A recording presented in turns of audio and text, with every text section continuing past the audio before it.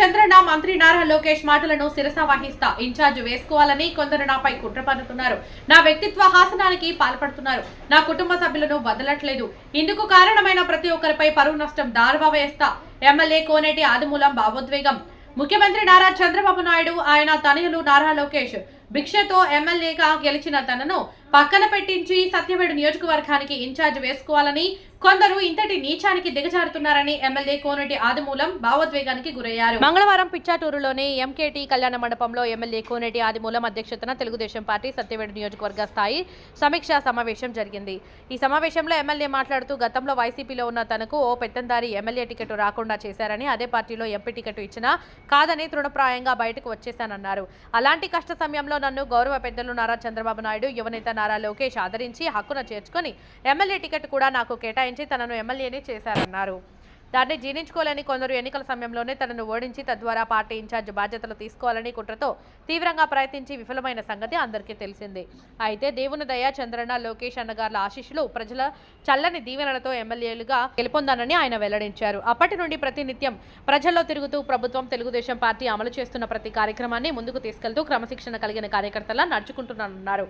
కష్టకాలంలో నాకు MLA ticket ఇచ్చి నన్ను గెలిపించిన శ్రీ నారా చంద్రబాబు నాయుడికి, నారా లోకేష్ మాటకు శిరస వహిస్తానని, వారు ఎలా చెబితే అలా నడుచుకుంటారని ఎమ్మెల్యే ఆదిమూలం స్పష్టం చేశారు.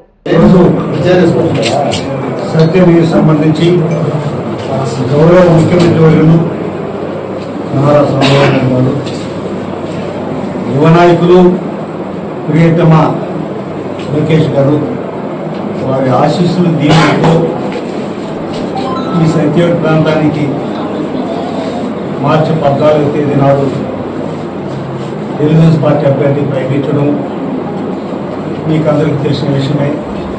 ఆ రోజు ఇప్పటి వరకు కూడా వారు చెప్పిన కోచా ప్రకారం అభివృద్ధి కార్యక్రమాలు కానీ, సంక్షేమ కార్యక్రమాలు కానీ ప్రతి గ్రామానికి కూడా సహకరించాలన్న నెపంతో మీ అందరూ ఆశిస్తున్న జీవులతో తెలుగుదేశం పార్టీ కార్యకర్తలు కూడా నాకు సహకరించారు, సహాయం చేశారు. వారందరూ కూడా మనస్ఫూర్తిగా ధన్యవాదాలు తెలియజేసుకుంటూ ఈరోజు సత్యవేడు ప్రాంతంలో నా పైన కుట్ర పన్ని ఓడగొట్టాలనే ఉద్దేశంతో వైఎస్ఆర్ కాంగ్రెస్ పార్టీ నాయకుల పైన కుమ్మక్కై రామచంద్ర దగ్గర ఒక అతన్ని ఇండిపెండెంట్ వేశారు.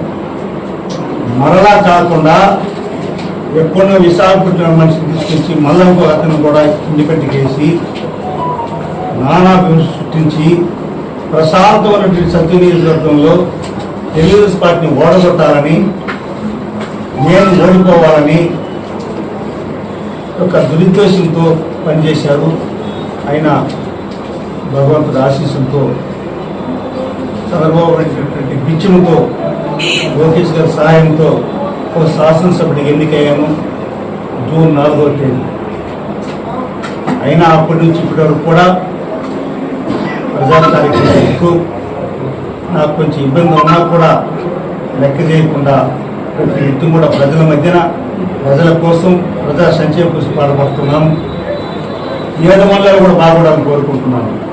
మరి ఈ మధ్యకాలంలో మీకు అందరికీ తెలుసు, నా పైన కుట్ర పన్ని రకరకాలు చేసి ఓడిపోలేని నెపంతో కొంతమంది ఒక దుష్ప్రతి చేసి నాకు మార్పింగ్ కేసు పెట్టి ఒక స్టీలుతో ఉన్నటువంటి దానిపైన పెట్టి నా పైన కేసులు పెట్టిన విషయం కూడా చూశాను. కేసులు పెట్టినా కూడా నేను ఎవరిపైన కించెత్తు మాట కానీ, కించెత్తు ప్రెస్ స్టేట్మెంట్ ఇప్పటికీ లేదు, రేపు కూడా ఇవ్వండి. తెలుగుదేశం పార్టీ కార్యక్రమం చంద్రబాబు నాయుడు దృష్టిలో మనం ఒక నాయకుడికి ఎదిగాము. మనం 50 సంవత్సరాలు రాజకీయ చేశాము. గ్రామ స్థాయి నుంచి, మండల స్థాయి నుంచి, జిల్లా స్థాయి, రాష్ట్ర స్థాయికి ఎదిగాము ప్రజల యొక్క అభిష్ట మేరకు. ఇలాంటి సందర్భాల్లో మరి అన్నీ పోయిన తర్వాత మా కుటుంబంతో కూడా ఈ వేదనలో చాలా బాధపడిపోయాము. మా బిడ్డలు కానీ, నేను కానీ, మా కుమారులు అందరూ కూడా మరో మనసు అర్థించాం. ఈ మధ్యన మా తమ్ముడు కూడా ఈశ్వరుడి గురై మరణించాడు. అయినా కూడా అలాంటి సందర్భాల్లో కూడా ఇలాంటి చెల్లపల్లి చేసి అయిపోయిందని కూడా మళ్ళీ రిపీట్ చేసుకుంటూ వచ్చారు. అయినా ఆనాడు కూడా ఏమనలేదు. మరి ఇదే విధంగా నిన్నగాక మొన్న మళ్ళా ఒకటి వీడియో ఇచ్చాను. మీకు అందరికీ తెలుసు, గతం వైఎస్ఆర్సీపీలో 11-12 సంవత్సరాలతో కలిసింది నిజమే, పోయింది నిజమే, వాళ్ళు వెళ్ళిపోయింది నిజమే, తిన్నింది వాసమే. కానీ దాన్ని చిత్రీకరించి నేను ఒకటే కాదు, నాకు పార్టీ సేవంతో వచ్చాను, అధికారంతో వచ్చాను, చిత్రీకరించి యూట్యూబ్లో పెట్టి దాన్ని ఒక వైలెట్ చేసి పార్టీ అభివృద్ధి ఇంత దుర్మార్గం చేశారు. నేను ఎప్పుడైనా ఇలాంటి పని చేశానా? అధికార యంత్రాంగం పెద్ద పెద్ద చదువునటువంటి చెల్లెములపై కూడా పెట్టారు. 73 సంవత్సరాల వయసులో ఈ విధంగా వ్యక్తిగత దోషం చేసి నన్ను అవమానం చేశారు. నాకున్నటువంటి గౌరవాన్ని, క్రెడిబిలిటీ, క్యారెక్టర్ని దెబ్బతీశాను. అయినా భగవంతుడు ఉంటారని ధర్మం తెలుసుకుని చెప్పాను. మరలా నిన్న మొన్న ఈరోజు మమ్మల్ని అందరూ తెరవడానికి కారణం గౌరవ ముఖ్యమంత్రి గారు ఏ చర్య తీసుకుని సిద్ధమున్నాను. మీకు అందరూ కూడా మనవి చేసుకుంటున్నాను. నేను ఎక్కడ కూడా తప్పు చేయలేదు, భవిష్యత్తు కూడా చేయను. ఒక క్రమశిక్షణగా కార్యకర్తగా చంద్రబాబు గారికి ఏం చెప్పినా దాన్ని సురక్షితంగా ఉన్నాను నడుచుకోవడానికి. కానీ చేయమని చెప్పండి, తప్పులేదు. నేను ఎక్కడ దోపిడీ చేసినా చెప్పండి, తప్పులేదు. మా నాయకులు కష్టపడి చేశారు, నేను చేశాను, ప్రజలు సేవ చేయించాను, అంత తప్ప నేను ఆలోచన లేదు.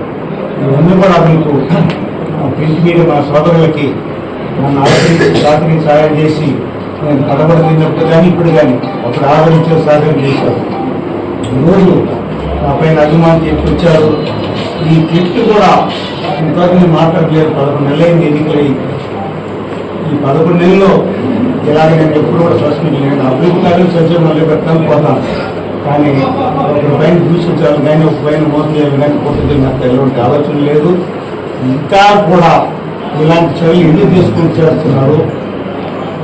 వాళ్ళకి ప్రభుత్వ యంత్రాలు ఉంది, ఎస్పీలు ఉన్నారు, డిఎస్పీ ఉన్నారు, సిఐలు ఉన్నారు. విచారించమని చెప్పండి, ఎంక్వైరీ పెట్టమని చెప్పండి, లేదు టచ్ చేయమని చెప్పండి. నేను ఎక్కడికైనా వస్తాను. నా తప్పుంటే చంద్రబాబుకు క్షమాపణ కోరుతా, నా తప్పుంటే ప్రజలు క్షమాపణ కోరుతా, నా తప్పుంటే నిజంగా కూడా అది కదండి మీకు ప్రజలు సేవ చేయడం. మీకు ఎమ్మెల్యే పదవి కోసం ఇన్ఛార్జ్ కావాలని జరుగుతున్నారండి. ఒక దొరిక ఎమ్మెల్యే గారు అభివృద్ధి కార్యక్రమంలో భాగంగా ఎక్కడైనా నాయకులు ఇచ్చినప్పుడు ఆయన వయసు రీత్యా ఎక్కడైనా కాఫీకో టీకో భోజనానికో పోతే ఆ ఇంట్లో మహిళలందరితో సంబంధం ఉందని అంటగట్టడం ఇది తీవ్రంగా పరిగణిస్తూ ఉన్నాం. మహిళలు తిరగబడతారు వీళ్ళు గ్రామాల్లోకి వస్తే, తీవ్రమైన కఠినమైన చర్యలు ఉంటాయి వీళ్ళపైన. అంటే ఎమ్మెల్యే గారు రేపు ప్రజలు ఉత్సాహంగా తిరుగుతున్నారు, ఇంకా ఎవరిళ్ళకే బాగకూడదనే ఉద్దేశంతో ఇలా ఈ దిగజారుడు చర్యకి దిగినారు.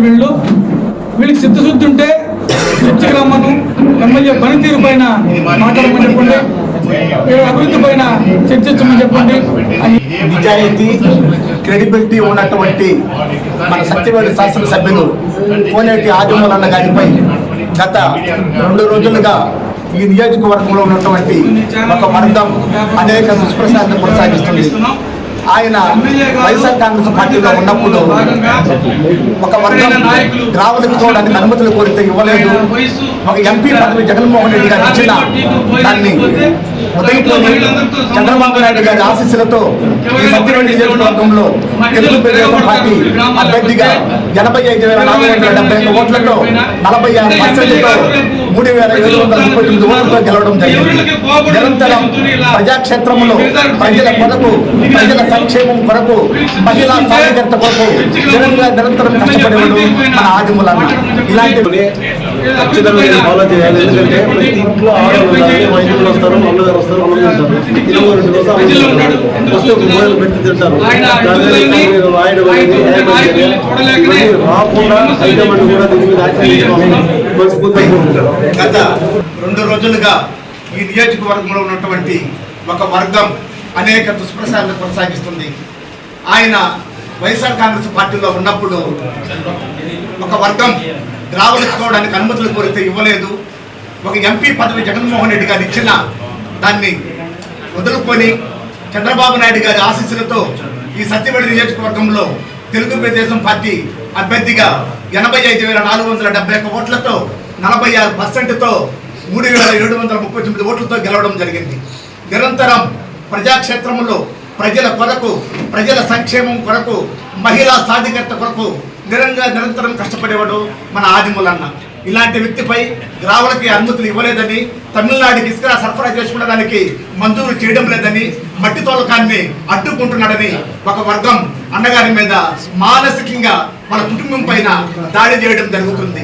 ఏమండి, ఎవరన్నా పిలిస్తే మంచి వారింటికి భోజనం చేయడం తప్ప, ఒక ఉద్యోగులతో వాళ్ళని ప్రోత్సహించడం తప్ప, ఇలాంటి చౌకబారు రాజకీయ వ్యభిచారాన్ని మానుకోవాలని, అన్నపైన దుష్ప్రచారాన్ని ఇక నుంచి కొనసాగించవద్దని, ఆయన నిరంతరం ఇంకా ప్రజల్లోనే తిరుగుతాడని, చంద్రబాబు నాయుడు గారి బాటలో ఉంటాడని, మహిళా సాధికారత కోసం నిరంతరం కష్టపడతాడని మిమ్మల్ని అందరినీ కోరుకుంటున్నాను. కూడా దీన్ని దృష్టిలో ఉంచుకొని ఖచ్చితంగా దీన్ని ఫాలో చేయాలి. ఎందుకంటే ప్రతి ఇంట్లో ఆడవాళ్ళు ఉంటారండి. మా ఇంటికి కూడా వస్తారు, అన్నగారు వస్తారు, అన్నం తింటారు. ఇలంగోరింటి కోసం అన్నం తింటారు, వస్తే భోజనం పెట్టి తింటారు. దానికని ఇట్లాంటివి రాయడం అనేది హేమంచర్య. ఇవన్నీ రాకుండా హైకమాండ్ కూడా దీని మీద యాక్షన్ తీసుకోవాలని మనస్ఫూర్తిగా కోరుకుంటారు.